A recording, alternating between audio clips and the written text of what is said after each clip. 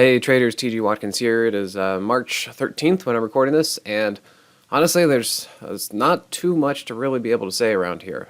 This morning we had the market open down, and you know what? It actually gapped up or jumped up a little bit. Now, the only thing I can really say from there is that we were getting very, very oversold. In fact, the overnight was up here and then got just trounced. So there's a lot of news, a lot of action going on. I mean, we are right in the middle of all this kind of stuff. So it's going to be a little tough to really figure out where to go with everything. And, other than that, we kind of look at this, we can say we're down here at the lower third ATRs. Same with the hourly chart. We are just looking very, very oversold. That doesn't necessarily mean that it can't get worse, because remember, when people want to sell, they just hit the eject button and, things will go down.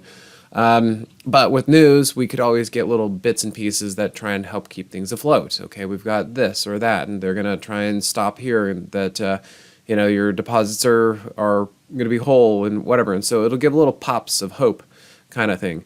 And we'll see if that happens. But yeah, there were some areas where we got some moves to the upside. I mean, look at the NASDAQ. This was actually it's kind of a surprisingly strong day, you might think about it. Given everything that's going on, we actually, look at that, the NASDAQ really actually quite popped up again. Now, maybe the SPY went down because if you look at oil's getting hammered. And we have a lot of moving pieces in here. We have CPI coming out tomorrow on the 14th. Is it hot or is it cool? And what can the Fed do?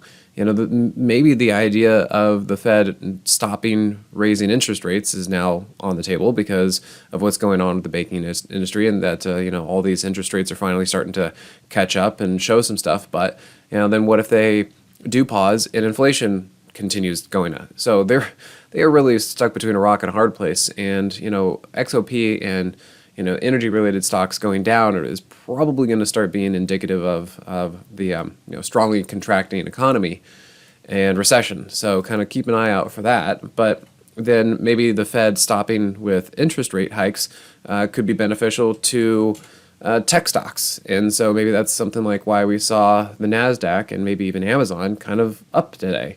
So now we've got a lot of moving parts out here. We need to figure out recession, interest rates versus banking risk and systemic risk and all these other things kind of coming together. And so, just trade your stock, figure out where you want to go, have your stops in place. And if it's not working for you, get out. And if it is, then, try and hang on for as long as you can.